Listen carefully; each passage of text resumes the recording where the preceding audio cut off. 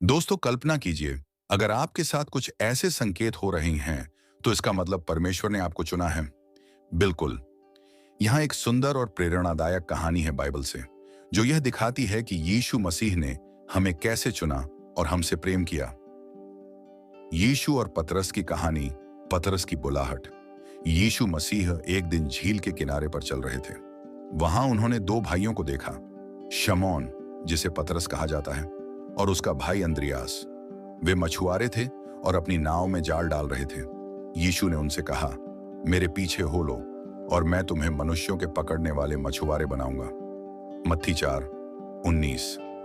जैसे ही उन्होंने यह सुना, उन्होंने तुरंत अपनी नावें और जाल छोड़ दिए और यीशु के पीछे हो लिए। पतरस एक साधारण मछुआरा था, लेकिन यीशु ने उसे चुना, न इसीलिए कि वो बड़ा या योग्य था, बल्कि इसलिए कि यीशु का प्रेम और योजना महान थी।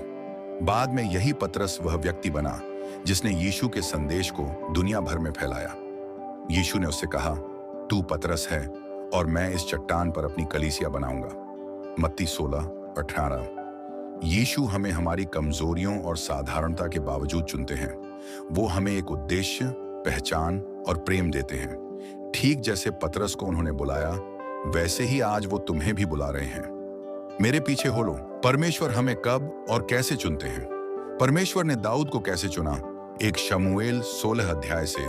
इज़राइल का पहला राजा शाऊल परमेश्वर की आज्ञा का पालन नहीं कर रहा था, इसलिए परमेश्वर ने एक नया राजा चुनने का निर्णय लिया।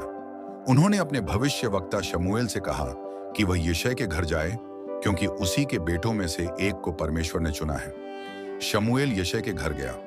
यिशै ने अपने बड़े बड़े बेटों को शमूएल के सामने लाकर खड़ा किया। जब शमूएल ने यिशै के सबसे बड़े बेटे एलियाब को देखा, तो उसे लगा कि यही परमेश्वर का चुना हुआ होगा, क्योंकि वह लंबा चौड़ा और बहादुर दिख रहा था। परंतु परमेश्वर ने कहा, मनुष्य बाहरी रूप को देखता है, परंतु यहोवा हृदय को देखता है। एक शमूएल 16:7। यिशै के 7 बेटे गुजर गए, लेकिन परमेश्वर ने किसी को भी नहीं चुना। तब शमूएल ने पूछा, क्या तेरे और भी बेटे हैं? यिशै ने कहा, हाँ, एक छोटा बेटा है दाऊद, जो भेड़ों की देखभाल कर रहा है। जब दाऊद को बुलाया गया, परमेश्वर ने शमूएल से कहा, यही है वह, उठ और इसे अभिषेक कर, क्योंकि मैंने इसी को चुना है। शमूएल ने दाऊद का अभिषेक किया और तब से यहोवा का आत्मा दाऊद पर सामर्थ के साथ उतर आया। परमेश्वर हमें तब चुनते हैं जब हमारा हृदय सही होता है, भले ही दुनिया हमें योग्य न माने। वह हमारी सच्चाई, विश्वास और नम्रता को देखता है, न कि हमारा बाहरी रूप, ताकत या पद। जैसे दाऊद एक गुमनाम चरवाहा था, लेकिन परमेश्वर ने उसे राजा बना दिया, वैसे ही परमेश्वर आज भी हमें खास कामों के लिए चुनते हैं। बाइबल में हम बार बार देखते हैं कि परमेश्वर का चुनाव इंसानों की तरह नहीं होता। वो कुछ खास गुणों को देखता है जो दुनिया की नजरों में अक्सर मामूली लगते हैं।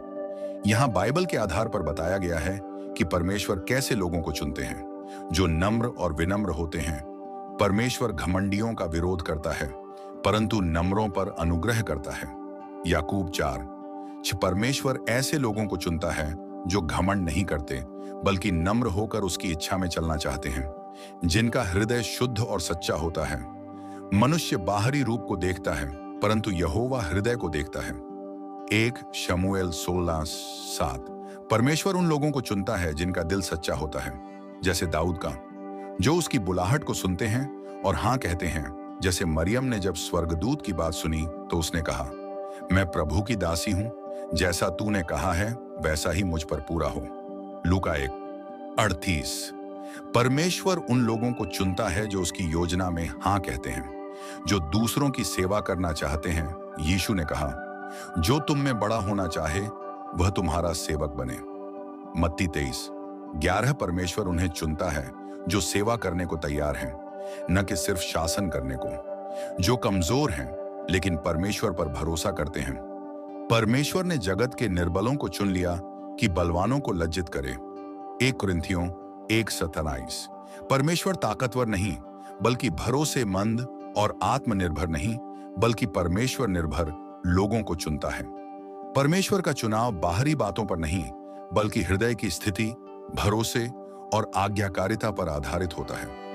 वह आज भी तुम्हें और मुझे बुला रहा है। बस हमारा उत्तर हाँ प्रभु होना चाहिए।